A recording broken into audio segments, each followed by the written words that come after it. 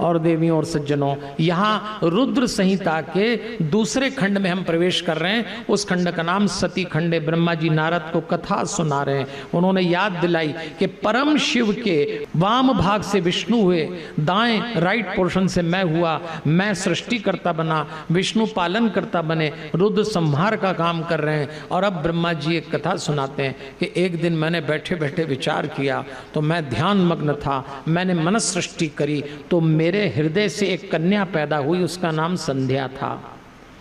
और मेरे मन से एक पुरुष पैदा हुआ, उसका नाम काम था। अब ध्यान देना, कामदेव का जन्म हुआ। जैसे ही कामदेव का जन्म हुआ तो उसने ब्रह्मा जी से पूछा मेरे लायक क्या आज्ञा। तो ब्रह्मा जी ने कहा तुम 5 बाणों से स्त्री और पुरुष को मोहित करोगे। काम जागता है तब स्त्री को पुरुष में और पुरुष को स्त्री में मोह जागता है, वासना जागती है, विलास जागता है। और 5 बाण होते हैं उसके, रोचन, हर्षण, मोहन, शोषण और मारण। ये 5 बाण से काम जागता है। और जब काम माथे पे नाचता है ना तो न पुरुष स्त्री का कोई रिश्ता समझता है, न स्त्री पुरुष का, बस बावले हो जाते हैं लोग। तो कामदेव ने सोचा और विचार किया कि इन्होंने मुझे बताया कि मैं सबको मोहित करके बर्बाद कर सकता हूँ, तो चलो स्टार्टिंग इन्हीं से करते हैं। तो उसने सबसे पहले ब्रह्मा जी को ही निपटाया और उसके बाद तो सारे ब्रह्मांड में काम छा गया।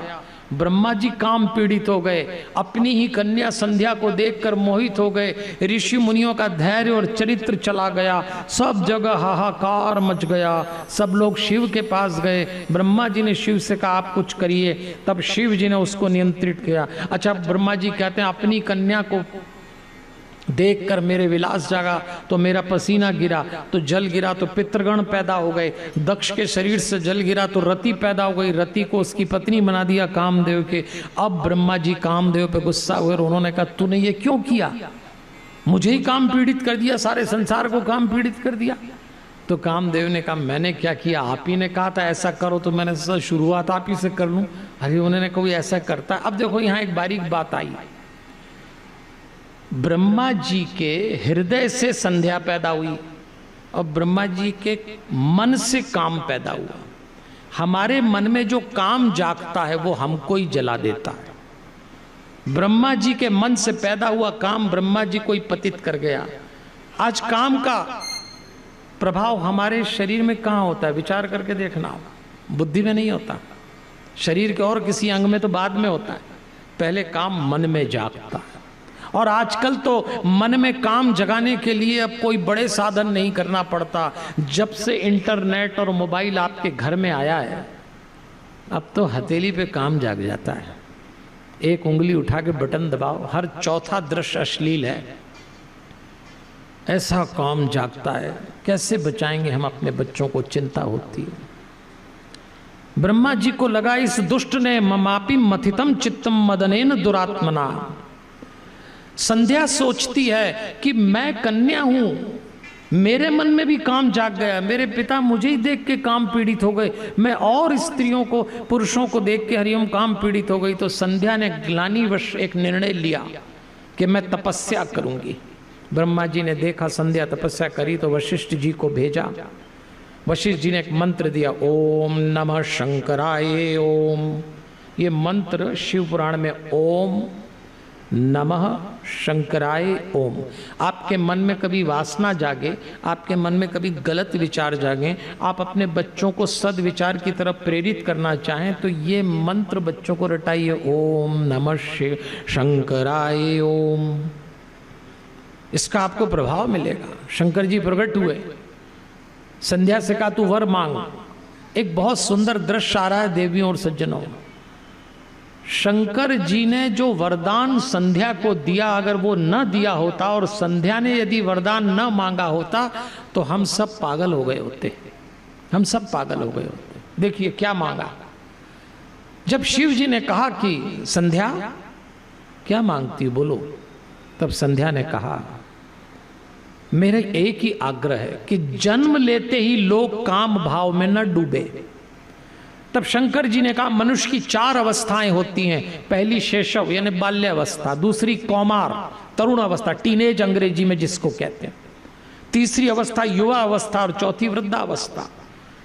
तो शंकर जी ने कहा संध्या तूने मांगा तो मैं वरदान देता हूं कि बाल्य अवस्था में मनुष्य को काम नहीं सताएगा।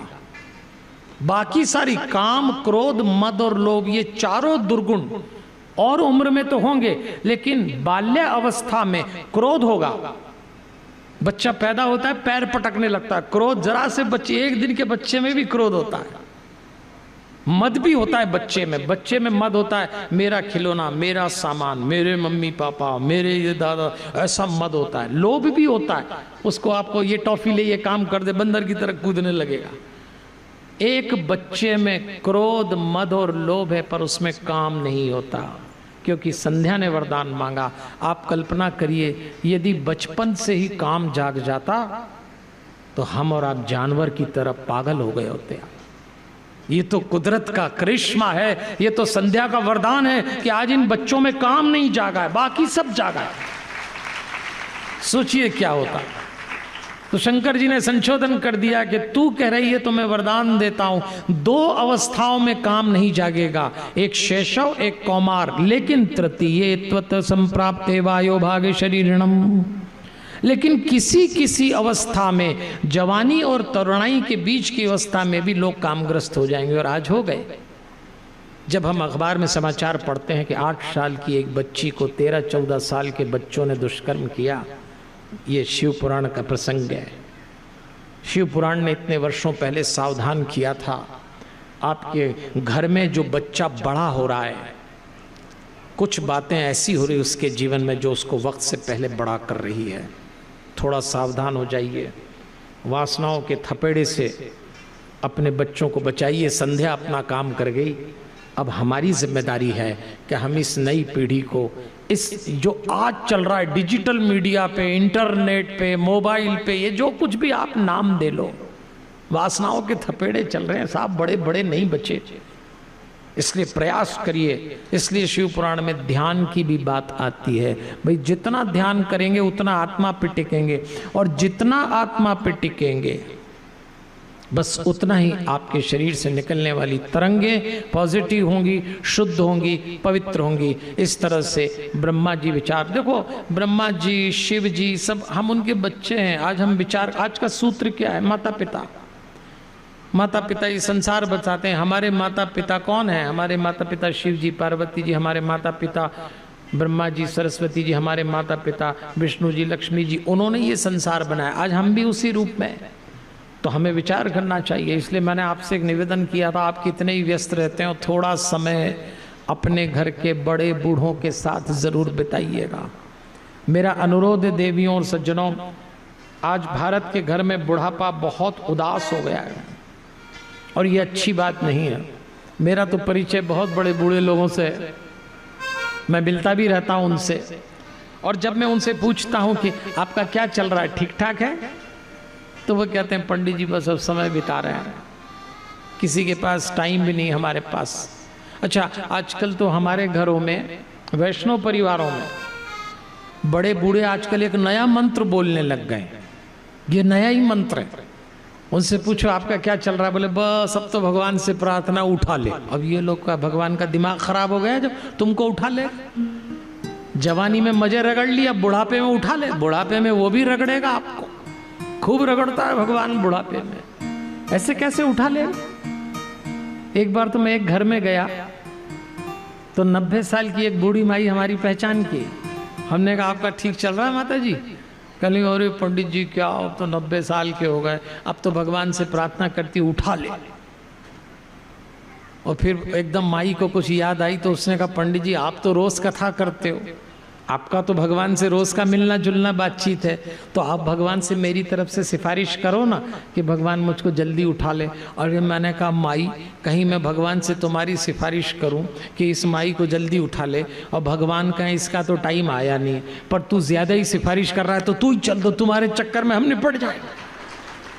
हमारे तो 1.5 साल के प्रोग्राम आगे के तय भैया, हम निपटे तो यजमान भी निपट जाएंगे, टेंट तंबूरे के पेमेंट करना पड़ेंगे, सब एडवांस में चलता, और हम निपट गए तो कईयों का एडवांस भी निपट जाएगा। हमारे यजमान तो बहुत प्यारे होते हैं, हमारी कथा बुक होती तो यजमान पूछते हैं भाई कुछ एडवांस दे दें, एडवांस दे दें। नहीं, हमने कहा ठीक है इतना दे दो, इतना। बोले नहीं पंडित जी थोड़ा सा ही देंगे। हमने कहा जब दे ही रहे हो तो थोड़ा ज़्यादा सा ही दे दो। नहीं नहीं पंडित जी पता नहीं कौन निपट जाए। अब देखो यजमान को चिंता, पंडित निपट गया तो एडवांस डूब गया है, बात तो पक्की है बिल्कुल। ये तो देवियों और सज्जनों, अगर आप सचमुच भक्ति करना चाहते हो तो अपने घर के बड़े बूढ़ों का मान करिए। आज शिव पुराण में जो प्रसंग आ रहे हैं, शिव पुराण में जो व्यवस्था आ रही है उसको समझिए। सारी उम्र जिन बड़े बूढ़ों ने हमारे परिवार का बोझ इस कंधे पे ढोया हो, आज वही अगर घरों में बोझ लगने लग जाएं तो फिर आपकी भक्ति नाली में बह जाएगी। अपने घर के बड़े बूढ़ों का मान करिएगा।